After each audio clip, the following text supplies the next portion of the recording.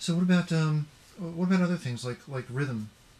How do you develop a good sense of timing and rhythm? Do you believe that's something you're born with, or is it something you can develop, or some combination? Or I think anybody who's willing to sit down with a metronome long enough and deal with the pain of going through listening to straight beats constantly and will start to develop a sense of rhythm. And you got to do this while you're playing. I mean, whether with rhythm or with lead, the metronome really is helpful when you're starting out to give you a basis to reason from while you're playing.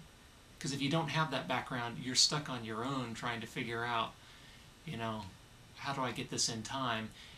And I find the more that I work with the metronome, the better my playing becomes because I can start thinking about more interesting patterns. And truly, the more interesting my playing comes.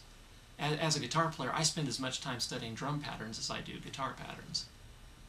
interesting. So you think it's helpful to tap out drum patterns with your hands without even using a guitar, just to develop a better sense of timing and rhythm? Absolutely. And I mean, there's just even if you're just playing with a click track, or if you can get your hands on a drum machine, you'll find that these tools will actually work out problems in your playing that you don't even know you have until you start playing along with them. I see. Yeah, it's very important. I think that especially beginning players really need to not, because this is the struggle that we have as a beginning player, trying to get to that intermediate and advanced stage, and a lot of times you're fighting two things: tension and timing. And if you don't really pay attention to the tension with your picking hand, your fretting hand, and the timing of both together, it's a failure to really be aware of that leads to problems in your playing. So when you were learning the guitar, I guess in the past you were, I know you're a fan of guitar players like Joe Satriani and Vinnie Moore. Do you play a lot of covers or learn a lot of covers, or do you feel like you've grown out of that and you just what's your take on that? Is it valuable to still keep on learning other people's music? Absolutely.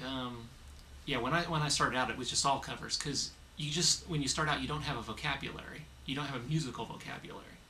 And so you really kind of need to rely on some influences to kind of help you and guide you to get to that point to where you can start seeing patterns. And when you start seeing patterns and you start realizing how to string patterns together, then you can say, and you can hear my influence. I'm especially Vinnie Moore. I love Vinnie Moore. And Joe Satriani. I mean, they're just two of the greatest guitar players I think that ever lived.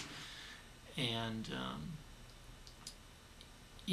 I still sometimes sit down and learn a new piece from them, or at least play around with it to get ideas, because I think that that's valuable in my own playing.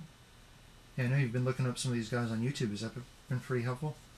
Yeah, because especially when people put out new music, it's like guys that I listen to, it's inspiring, it's motivating. I feel like I've got a reason to continue because they're progressing. It encourages me to progress.